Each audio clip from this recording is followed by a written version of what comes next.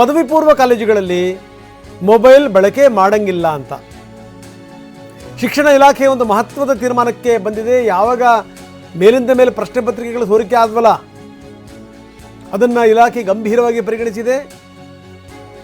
ಯಾವುದೇ ಕಾರಣಕ್ಕೂ ಮೇಸ್ಟ್ರುಗಳ ಕೈನಲ್ಲಿ ಮೊಬೈಲ್ ಇರಲ್ಲ. ಕ್ಯಾಂಪಸ್ ಒಳಗಡೆನೂ ಕೂಡ ಮೊಬೈಲ್ಗಳು ಬರಂಗಿಲ್ಲ. ಇನ್ನಷ್ಟು ಕಠಿಣ ಕ್ರಮಗಳು. ಎರಡನೇ ಹಂತದ ಪರೀಕ್ಷೆ ಎಕ್ಸಾಮಿನೇಷನ್ ಜನವರಿ 27ರಿಂದ ಶುರುವಾಗುತ್ತೆ. ಈ ಸಂದರ್ಭದಲ್ಲಿ ಯಾರೂ ಕೂಡ ಅಪ್ಪಿ ತಪ್ಪಿ ಮೊಬೈಲ್ಗಳನ್ನು ತರಂಗಿಲ್ಲ. ಮೇಸ್ಟ್ರುಗಳು ಕೂಡ ಮೊಬೈಲ್ಗಳನ್ನು ತರಂಗಿಲ್ಲ. ಮೊಬೈಲ್ ತಂದು ಎಲ್ಲಾದರೂ ಒಂದು ಕಡೆಗೆ ಇಡೋದಲ್ಲ, ನೀವು ಕ್ಯಾಂಪಸ್ ಒಳಗಡೆನೇ ಮೊಬೈಲ್ಗಳು ಬರಂಗಿಲ್ಲ. ಸೊ ಇದು ಒಂದಿಷ್ಟು ಚರ್ಚೆಗೆ ಕಾರಣ ಆಗ್ಬೋದು.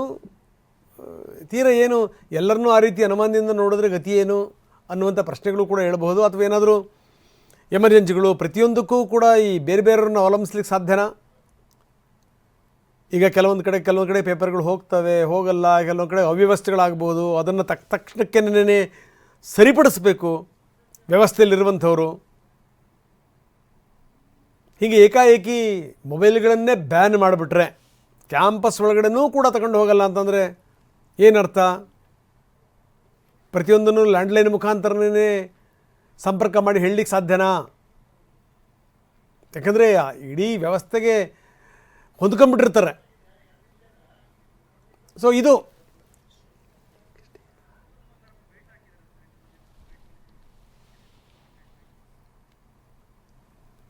ಹೀಗಾಗಿ ವಿದ್ಯಾರ್ಥಿಗಳು ಮೊಬೈಲ್ ಬಳಸಬಾರದು ಅನ್ನೋದ್ರಲ್ಲಿ ಅರ್ಥ ಇದೆ.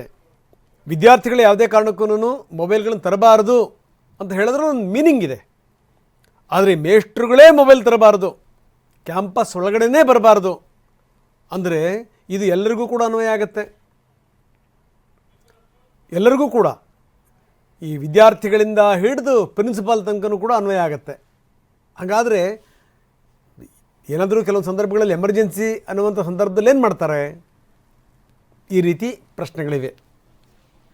ಬನ್ನಿ, ಮಧು ಬಂಗಾರಪ್ಪ ಇದಕ್ಕೆ ಸಂಬಂಧಪಟ್ಟಂಗೆ ಮಾತಾಡಿದ್ದಾರೆ. ಏನು ಹೇಳ್ತಾರೆ ನೋಡೋಣ. ಪರೀಕ್ಷೆಗಳು ಮತ್ತು PUC ಪರೀಕ್ಷೆಯಲ್ಲಿ ಪ್ರಶ್ನೆ ಪತ್ರಿಕೆ ಇದು ಲೀಕ್ ಆದಮೇಲೆ ಇಲಾಖೆ ಸಾಕಷ್ಟು ಕಟ್ಟುನಿಟ್ಟಿನ ಕ್ರಮಗಳನ್ನು ತೆಗೆದುಕೊಳ್ಳೋಕೆ ಹೋಗಿದೆ.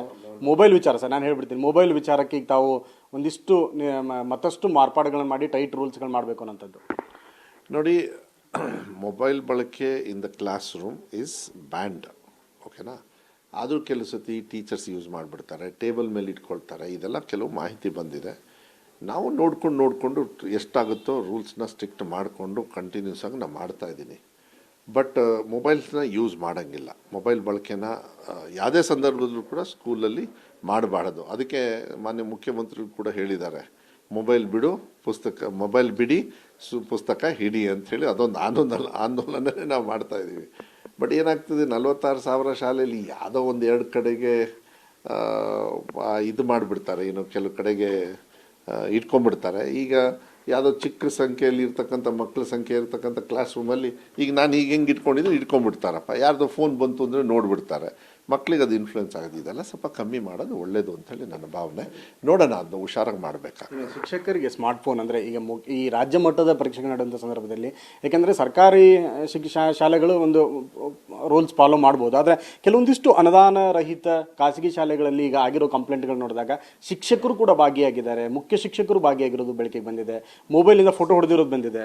ಇದೇನಂದರೆ ಮುಂಚೆ ಏನಾಗೋದು, ಏನಾದರೂ ಹೀಗೆ ಸೋರಿಕೆ ಆದಾಗ ಇದು ಭಾಳ ಸೋರಿಕೆ ಅಂದರೆ ಇದು ಫೋನಲ್ಲಿ ಅದು ಎಲ್ಲಾಗುತ್ತೆ ಅಂತಲೇ ಗೊತ್ತಾಗ್ತಾರಲ್ಲ. ಈಗ ಹೆಂಗಾಗಿದೆ, ಎಲ್ಲಿ ಯಾವ ಪೊಸಿಷನ್ ಎಲ್ಲ ಗೊತ್ತಾಗ್ಬಿಡುತ್ತೆ, ಯಾವ ಸಿಚುವೇಶನ್ ಕೂಡ, ಬಿಕಾಸ್ ಅದಕ್ಕೆ ಕೋಡ್ಸ್ ಇದೆ.